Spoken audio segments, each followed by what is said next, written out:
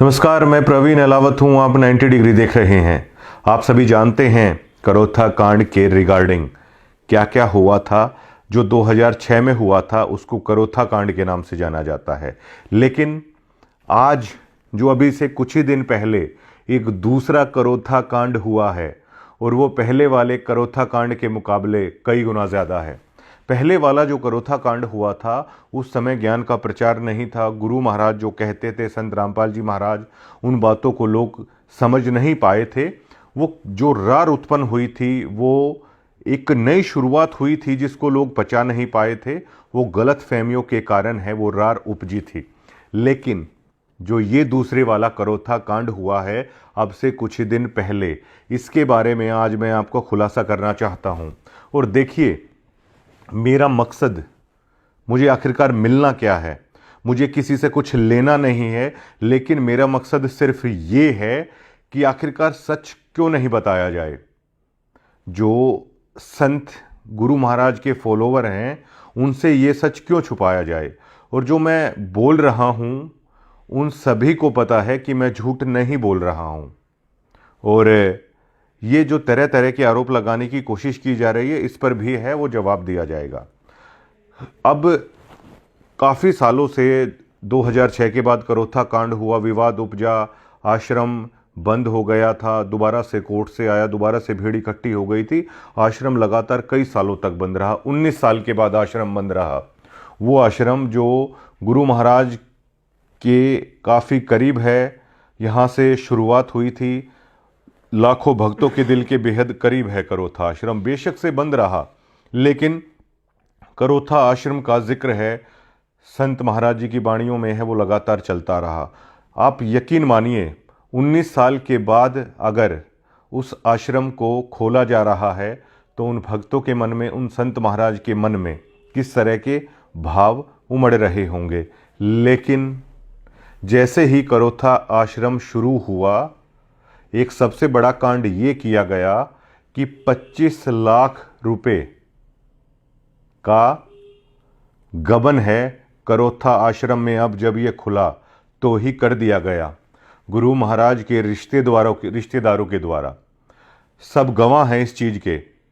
सभी करोथा आश्रम में जो भगत हैं सभी को ये घटना पता है, किस तरह ज़बरदस्त लड़ाई भी वहाँ पर हुई। और आश्रम खुलने से पहले ही उसको ताला लगाने की नौबत आ गई थी। जिस दिन ये झगड़ा हुआ, जो बाकायदा हाईवे है, उससे ट्रक वाले रोक रोक कर उस झगड़े को सुन रहे थे। अब ये देखिए, आश्रम के अंदर चलने वाले झगड़े को अगर रोड से जाने वाले व्यक्ति भी अगर रुक रुक कर देख रहे हैं तो विवाद किस कदर उपजा था। और जो अमन दास कह रहे हैं कि हम भाईचारे में जाते हैं, जो आश्रम में जो वो कोटी पहनकर जो अपने आप को बहुत ज्ञानी समझ रहे थे कि हम तो इस तरीके से पंचायतों में जाते हैं हमारे भक्त। अरे आप सरेआम पंचायतें लुकमा छिपमा नहीं होती। इस मुद्दे पर आप लोगों ने पंचायत क्यों नहीं की? इस मुद्दे को आखिर क्यों दबा दिया गया? और इस वीडियो को जब देख रहे हैं ना, अगर आप अपने गुरु महाराज का मान रखते हैं तो देखने वाले गवाह हैं इस चीज़ के। हर जो संत रामपाल जी महाराज की जो महिला डिवोटी हैं उन्होंने इस झगड़े को देखा। सैकड़ों लोग वहाँ पर मौजूद थे। महाराज जी के रिश्तेदार, उन्होंने ये किया। अब कैसे हुआ ये 25 लाख रुपए का गबन, मैं आपको ये समझा देता हूँ। संत रामपाल जी महाराज ने अपने शिष्यों को दान के लिए तैयार किया, उनको समझाया कि दान की महिमा क्या होती है। और वैसे भी हमारे धर्म में दान की परंपरा को लोग अच्छा मानते हैं कि भाई ऐसी जगहों पर दान करना चाहिए, संतों की जगह पर दान करना चाहिए। तो महाराज जी के शिष्य ये मानते हैं कि 10वां अंश है वो दान करना चाहिए। सिक्खी में भी ये चीज़ है, जो सिक्खी के गुरु साहिबान हैं उन्होंने भी सिखों को ये चीज़ सिखाई है। तो उसी मार्ग पर संत रामपाल जी महाराज के भक्त चलते हैं। अब आश्रम शुरू हुआ था। आश्रम की जो रंग रोगन की भी ज़रूरत थी, हर चीज़ जर्जर हालात में थी। 19 सालों से बंद था वो आश्रम। तो जो कमेटी नियुक्त की गई थी उसने सोचा कि आश्रम का थोड़ा सा काम भी हो जाएगा, तो दान और ज्योति के नाम पर ये 25 लाख रुपए इकट्ठा हुआ था। सत्संग हुआ था करोथा आश्रम में, तो वहाँ भी भक्तों ने, बहुत भक्त आए थे। 19 साल के बाद सत्संग हुआ है तो दान दिया गया था। लेकिन अब प्रोसेस ये होती है, रवायत ये होती है कि जब ज्योति और पाठ का पैसा आप दान करते हैं तो आपको एक लिख कर चाहे वो दिया जाए, एक उस चीज में लिख के आपको दिया जाता है कि आप 3100 रुपये दे रहे हो या आप 25,000 रुपये पाठ के दे रहे हो। तो विवाद इसलिए उपजा, जो गुरु महाराज की रिश्तेदार हैं वो उस पैसे को ले रहे थे, लेकिन भक्तों को उस चीज की वो जो पर्ची होती है वो नहीं दे रहे थे। पर्ची के लिए कह रहे थे जो दूसरे लोग हैं, डीगल और करोथा वाले, आप उनसे जाके पर्ची ले लीजिए। जब उन्होंने कहा कि पैसा आप ले रहे हो, पर्ची कह रहे हो कि हमसे ले लो, हम उस पैसे का हिसाब है वो कहां से देंगे। जब उन्होंने इस चीज की पड़ताल की कि पूरे 25 लाख का ये सारा मामला है, उन्होंने कहा ये पैसे आप दीजिए। उन्होंने पैसे देने से मना कर दिया। जो कमेटी के अन्य सदस्य थे, डीगल वाले और करोथा वाले, अगर वो स्टैंड नहीं लेते तो करोथा आश्रम को ताला लग चुका होता अभी तक। उन्होंने कहा कि वो जो लाखों रुपए ज्योति पाठ के नाम पर करोथा आश्रम शुरू होते ही आया है, उस पैसे को जमा कराओ। महाराज जी के रिश्तेदारों ने उस पैसे को जमा कराने से मना कर दिया। यहां तक कह दिया, हम संत रामपाल जी महाराज के नियमों का जो भी आदेश है हमें उससे मतलब नहीं है, इस करोथा आश्रम में जो हम चाहेंगे वो होगा। इन शब्दों का इस्तेमाल किया गया था।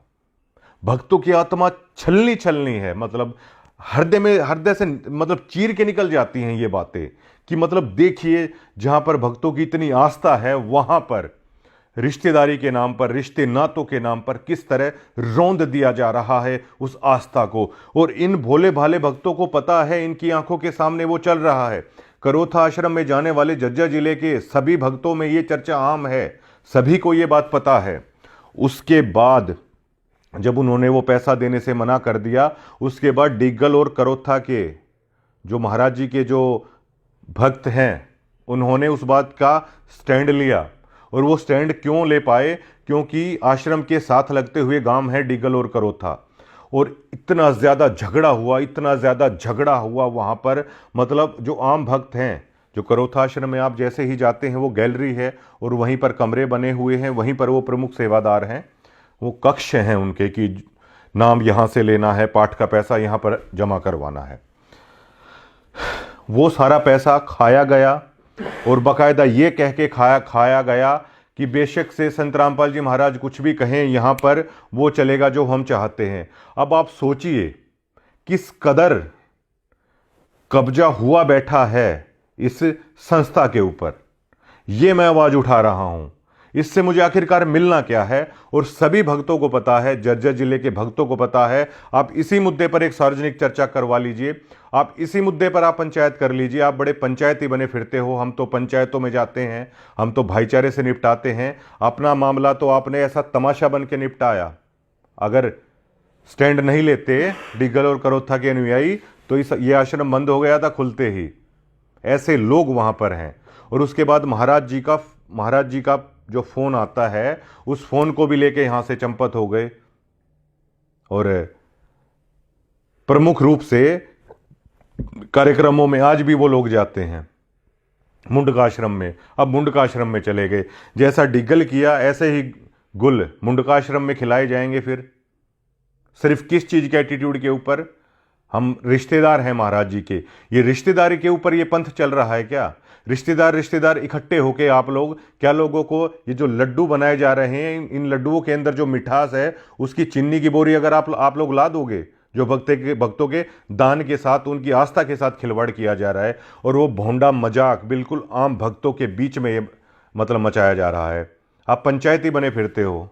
इस मुद्दे पर बुलाइए ना आप पंचायत, बुलाइए आप पंचायत इस मुद्दे के ऊपर कि ऐसे ऐसे हुआ है।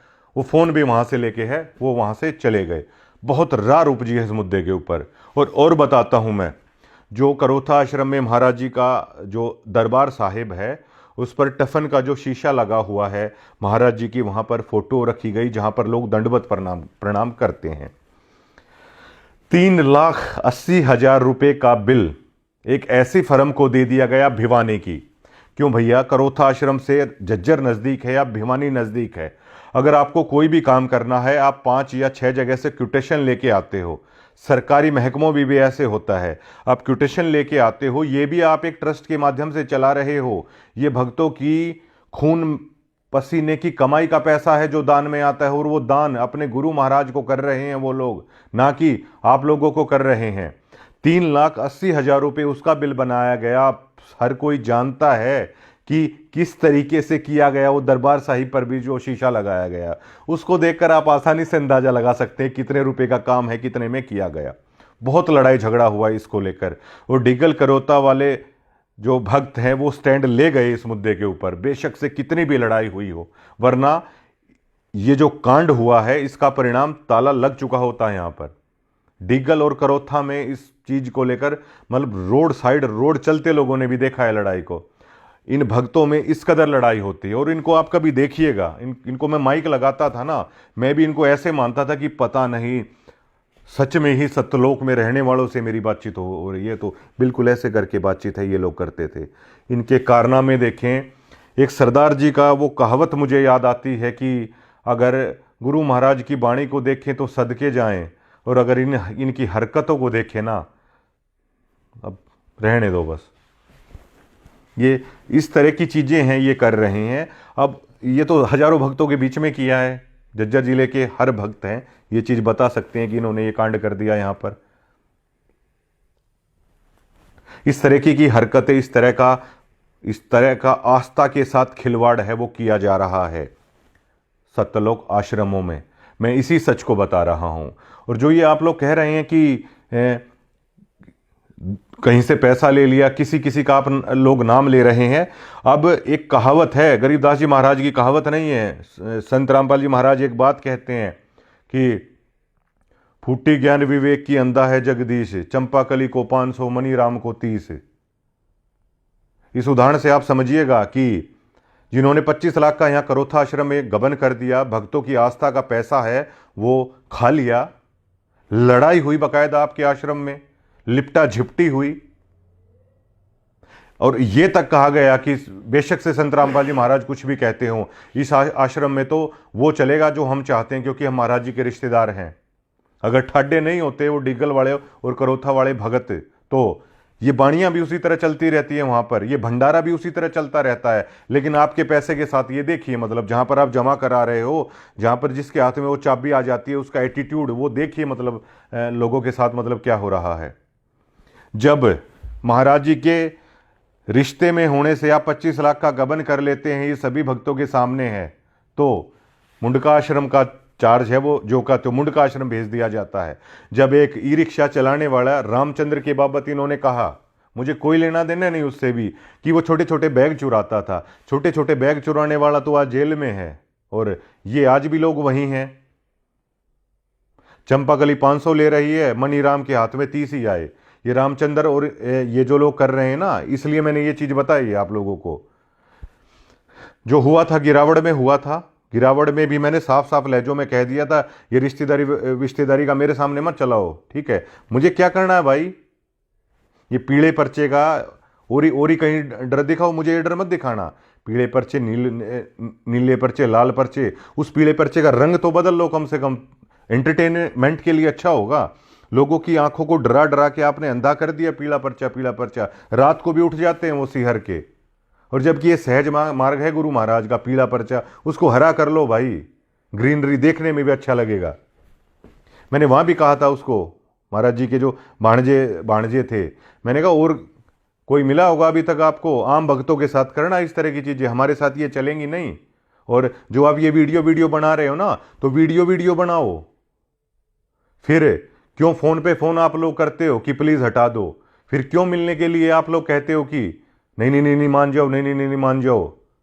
आप लोग सिर्फ उन भक्तों को दिखाने के लिए, नहीं देखो परवीन अलावत ने तो अब ये बोल दिया है, दोनों की दोनों वीडियो दोबारा से ओपन कर दिया मैंने, जो गिरावड़ में बोली थी। और जो वो वीडियो मैंने यहाँ पे बनाई थी ना, वो ना आप लोगों से एक पैसा लिया था। दोबारा से इस चीज का खुलासा करता हूं, एक खोटा पैसा मैंने नहीं लिया। मैंने तो गुरु महाराज के नियम अच्छे थे, गुरु महाराज की बाणी अच्छी थी। मैंने तो सिर्फ एज ए डिगल का होने के नाते कि नहीं भाई उस दरमियान गलत हुआ, कर दिया महाराज जी के साथ हमने, ठीक है, तो मैं तो अपने उस पाप को उतारने के लिए गुरु महाराज की खबरें करता था। मैंने एक खोटा पैसा नहीं लिया कभी भी। और हमने तो ये सीखा है कि गुरु महाराज जियों की जगह पे, संतों की जगह पे कुछ दे देना चाहिए, कुछ लेना नहीं चाहिए। और देने वाली बातें तो मैं इसलिए नहीं करता क्योंकि गुरु महाराज ने ही कहा है कि दिया उड़ कभी बताना नहीं चाहिए, लेकिन उसके लिए भी आप लोग कभी ना कभी मजबूर कर दोगे। लेने की बात तो छोड़ो, कभी नहीं लिया। और यहां पे जब आप लोग खबर हटवाने के लिए आए ना, पता है आप लोगों ने क्या बोला था कि वीरेंद्र ने ये कहा है कि चाहे उसको कुछ भी देना पड़े, मना कर दिया मैंने। अरे आप तो इतने इतने सालों से जुड़े हुए आदमी हो, मैंने तो 1 साल से देखा था इस नियम को। मैंने तो भी इस माया के सामने नहीं झुका। आपने जो कहा, मैंने तो ठीक है भाई कि लोग आए हैं, मुझे किसी ने कहा कि कोई गलत प्रचार कर रहा है, कोई इस तरीके से कर रहा है, मैंने तो उस वीडियो को सुधार के लिए आपके लिए बना दिया था। वो मेरी बात झूठ नहीं थी कोई भी। अब दोबारा से ओपन कर दिया मैंने उन चीज़ों को। और उसके बाद आप लोगों ने क्या किया, सिर्फ इतना कि एक एमएलए को भी दया आ गई, चाहे उसने कुछ भी किया हो। जो पत्रकार साथी और बैठे थे उनको भी भाई ये आ गई, यार गरीब आदमी यार, गाली दी है तो क्या हुआ, कभी तो इसने महाराज जी का नाम लिया था। सिर्फ इतनी सी तो बात थी। इतनी सी बात के ऊपर आप आस्तीन का सांप, 200 का माइक, 100 की डोरी, कोई कीड़ा बता रहा है, कोई कुछ बता रहा है।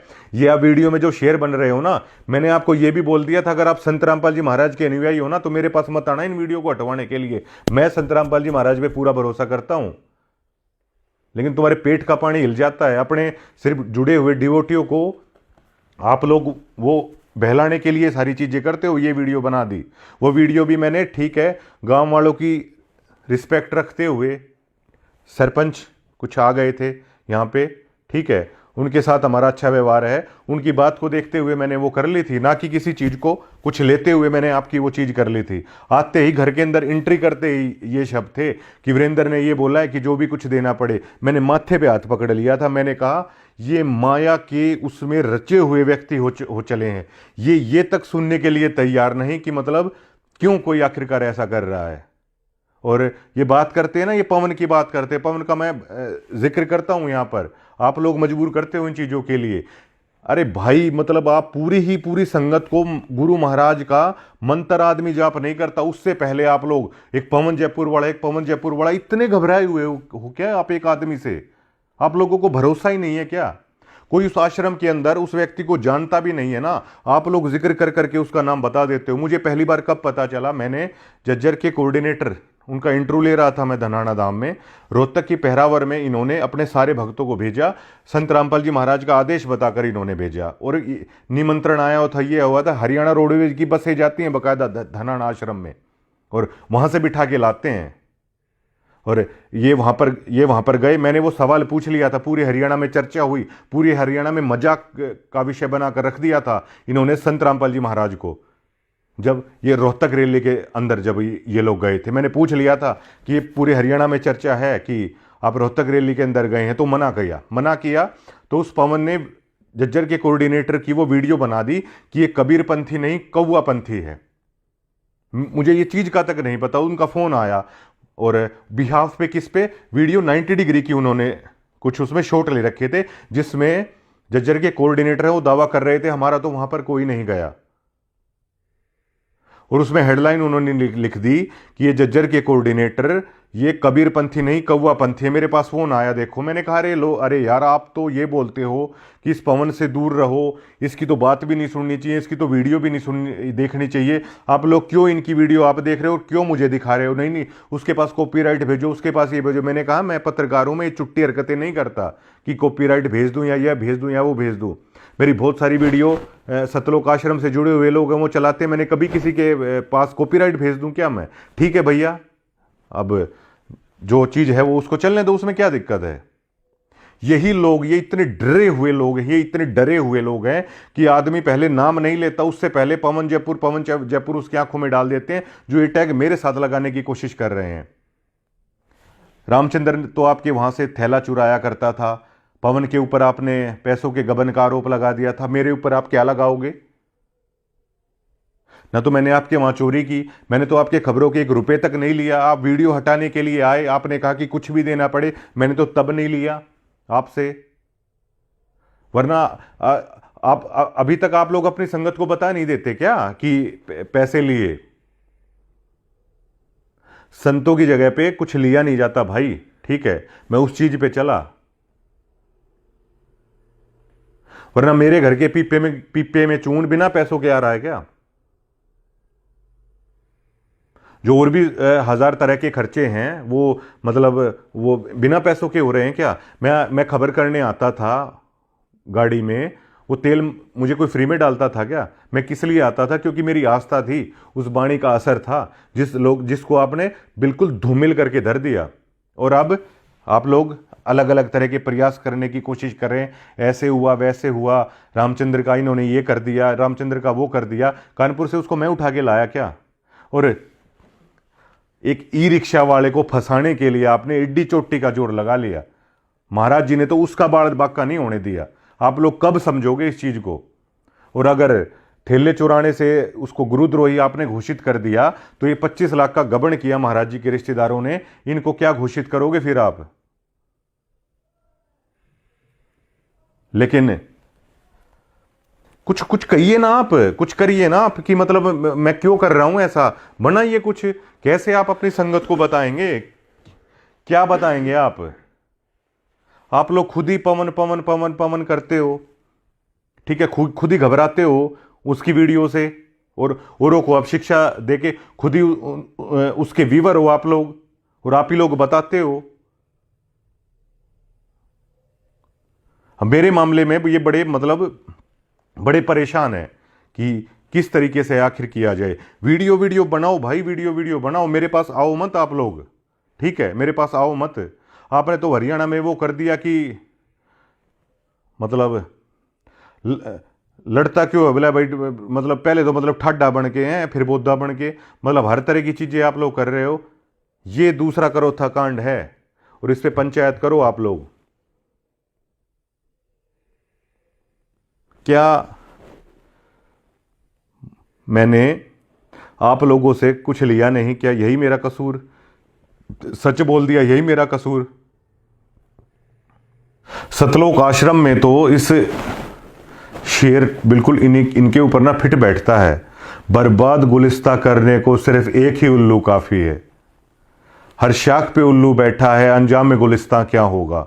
यहां तो हर शाख के ऊपर बैठे हुए हैं और इनकी भाषा आप देखिए, किस तरह की भौंडी भाषा ये ऑन माइक ऑन कैमरे है बोल रहे हैं।